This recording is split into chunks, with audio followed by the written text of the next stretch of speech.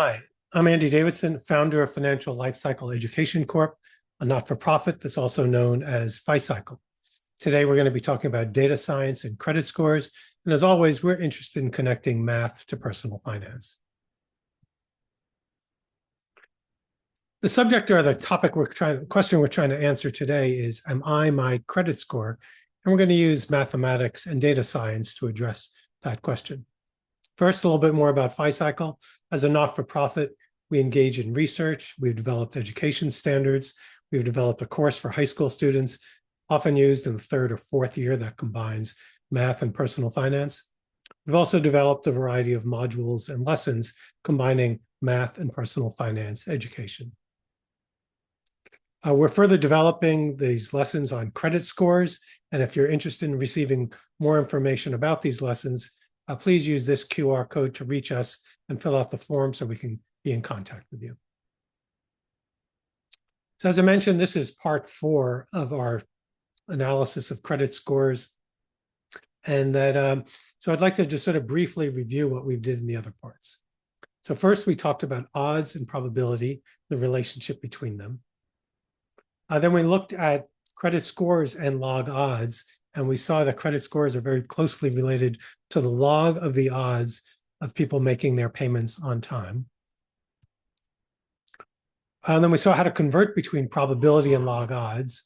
In this case, we use the function p equals 1 over 1 plus e to the minus x, where minus x is the log of the odds. This is called the logistic function, and it's a very important tool that we're going to use in our analysis.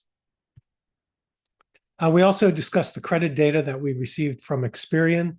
We received anonymized data on 1,000 borrowers that we can use to analyze credit scores, along with the credit scores of those 1,000 borrowers. The data looks something like this. There's a variety of account characteristics. Here we look at the account types, and then data on the performance of those loans. So what's in a credit file? So usually in a credit file is the prepayment history on lines of credit, something about the amount of credit still available, and then maybe your current and former addresses. Generally not included is your income or your employment, anything about your savings, your investments. Even your rent and utility payments are not included unless you've unfortunately been sent to a collective agency, or positively you self-reported your payments to the rating agencies. Particularly Experian has a product called Boost. Even some of the newer buy now, pay later payments are not included in your credit score. Credit bureaus reporting is subject to a Fair Credit Act, which limits what they can collect and report. In part 2, we started talking about a car price example, sort of a simpler model, where we did some of the same things we're going to do here for credit scores. We identified dependent variables, we created attributes, and we used a linear regression model. Linear regression model looks something like this, where the blue is the observations, the blue dots on the left are the observations, and then the green line is the regression line that we fit through those points. And then we use a measure called R-squared to see how well a model fits the actual data.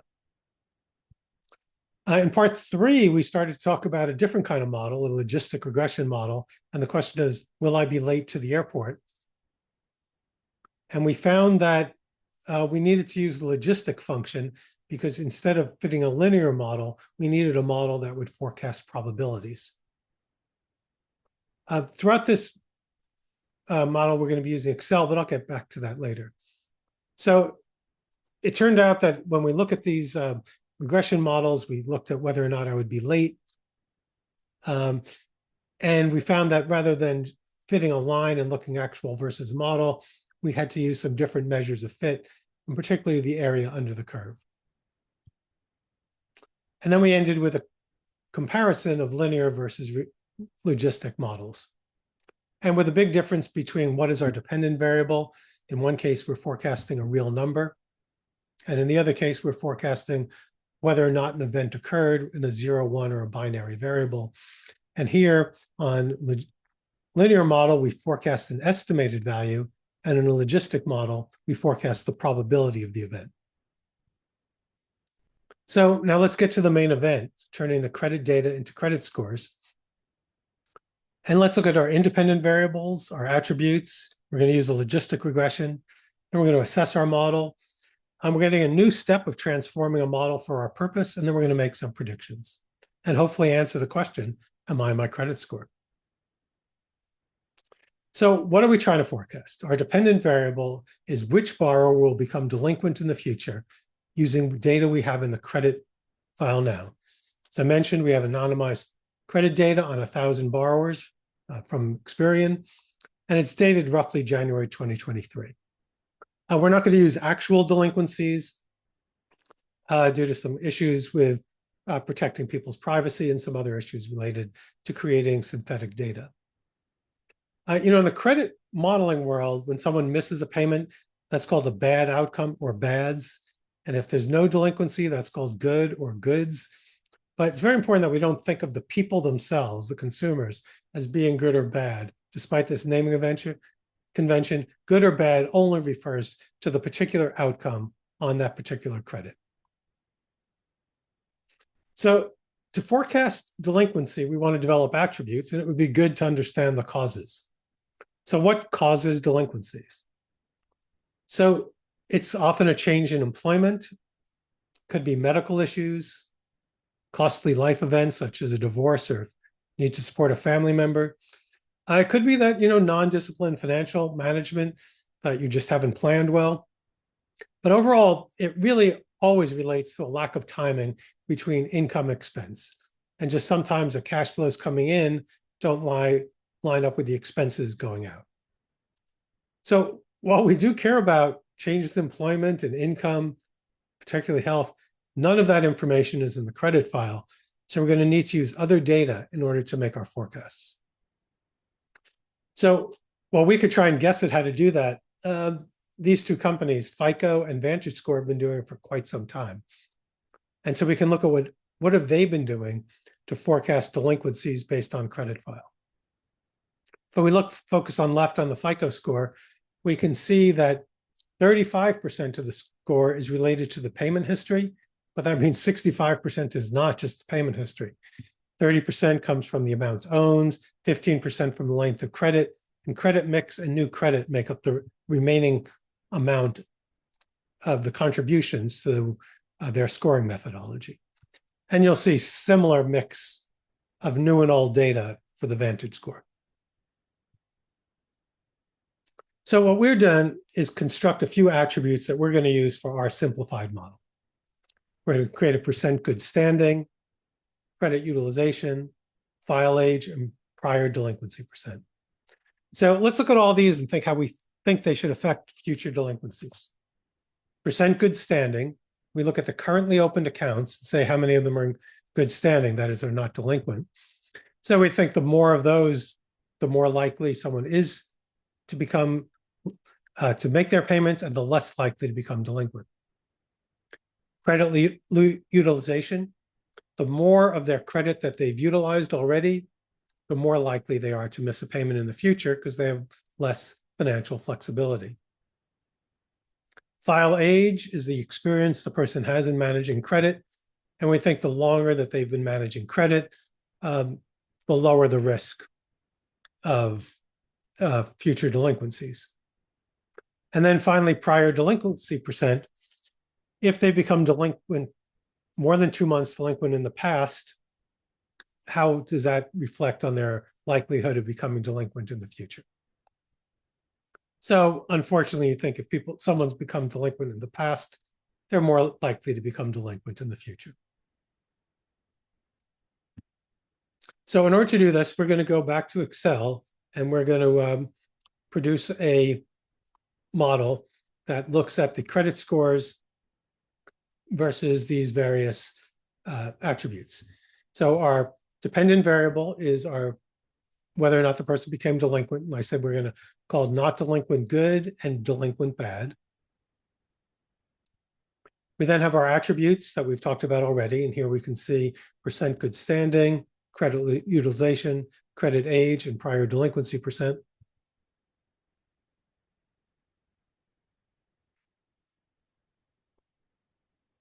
We have our model coefficients, which we're going to multiply by these various attributes to compute a log odds. just like a linear model. So we're just multiplying A times B1 times percent good standing, B2 times utilization, age, and then prior delinquency percent. We compute our log odds using that formula. Using our other conversion formula, we convert that to a probability. And then we have a log loss error function based on these probabilities and whether or not we were close to our dose of bad or not bad. And finally, we sum these losses to get minimize this number to get our final result. So I've already minimized the results in this chart. And so let's see how well we did it in our analysis. So percent good standing, we can see it varies from like 50% to 100%. And as we increase our percent good standing, we have a negative coefficient here, which means the probability of becoming bad decreases. Credit utilization, here we see it varying from 7% to 60%, actually 80% here. Remember, this is just 12 of the 100 borrowers we're looking at. But we can see a higher credit utilization has a positive coefficient, so that increases the chance of delinquency. Credit age, we can see from 15 to 38 here, 42 even. And we can see that as we increase the age, that decreases the chance of delinquency. And if we look at the prior delinquent percent, this one is 16%, this one just had a few delinquencies. We can see the higher the prior delinquency percent, that also increases the probability of bad. So pretty much these factors do perform as we expected them to. We can then combine all of that to use our measure of performance, which is called a receiver operating curve. And then we're going to look at the area under the curve. In order to do this, we ranked consumers by the probability of them being good or bad. And then we rank all of the bads, that's the true positives, versus the number of goods, that is false positives. And so we just line them up saying like, well, how well did we do at forecasting? So the first 10% of the borrowers, we forecasted 50% of the bads. So that means we did pretty well. And by the time we get to 20% of the false positives, we've already covered 70% of the delinquents. So a shape like this shows that we're doing a good job of making a forecast. The ideal shape would go straight up and then across, which would mean that we would forecast all of the bads before any of the goods. But that's actually very unlikely in any real model. So the model produced some log odds. And if we look at the results of that, we got these sort of results. The maximum was 2.97. The minimum was minus roughly 5. The average value was minus 2. And the median value was minus 2.41. But we want to use these to communicate the risk of borrowers. These numbers don't seem very clear to do that. What would a score of 0 mean? Sort of in the middle here somewhere. So a credit scoring company might want to change these results to a different scale. Also, they don't want to show the probabilities. Why is that? Well, these models are really ranking models, and that they're during one time period, and during a different time period when the economy is stronger or weaker, that could alter probabilities. And these models as ranking models don't reflect the changing dynamics within the economy. So how can we do this? So what we want to do is first turn it into a model that good is a higher number than bad. So we can just switch log odds of goods to bads by taking the negative. And then we might want to say, hey, let's try and create it something that we find a minimum score, a maximum score, and some range that we like, maybe some like from 400 to 850, and an average score something around, let's say, 720. And so we can transform these numbers through this equation, add, multiply by 57.7 and multiply by, and then add 580. And then we can get scores that fall into these range. For extra credit, why don't you think about what change in score would produce double the risk? We're not going to get into that for here today, but why don't you think about what change in log odds doubles the probability of missing a payment? So with our new scores that we found with our transformation, we can now graph our scores versus log odds. And this is our distribution of our scores, and this is our log odds. And we can see this looks very much like the graph that we had created at the beginning, using the actual credit scores and the actual log odds of actual delinquencies. We can see that we are sort of producing a similar profile, maybe with a little bit less emphasis or less ability to distinguish the very high credit scores. So with all this in mind, maybe you can answer the question now. Am I my credit score? Well, yes, you are. Your credit score is based on your credit decisions and your history and is a statistical analysis. Also, your credit score does affect your ability to access credit and the cost of the credit once you do get it. And moreover, you can actually take actions to improve your credit score by making payments on time, by reducing the amount of credit that you're utilizing. So yes, you are your credit score. But wait, no, you're not your credit score. Remember back to the car example? There was information about the car that weren't in the model. And just like that, your credit score doesn't include all of your financial transactions. It may not include your rent payments, certainly doesn't include your income or your assets. Moreover, your credit score doesn't cause you to become delinquent. People with a high credit score can miss a payment, and people with low credit scores can make all their payments. And moreover, because of the way credit scores are computed, you may have different credit scores depending on the model and the provider of that credit score. So it's both a yes and no answer, and it's important to understand why both things can be true. So just to give you an idea of the math involved in credit scores, we've talked about these variety of topics, and that's why they sort of really emphasize our point that talking about financial topics and mathematical topics are often related. So I hope you'd enjoyed this talk. I hope you've learned something about credit scores and hopefully learned some mathematics as well. And we look forward to seeing you on future FiCycle presentations. Thank you.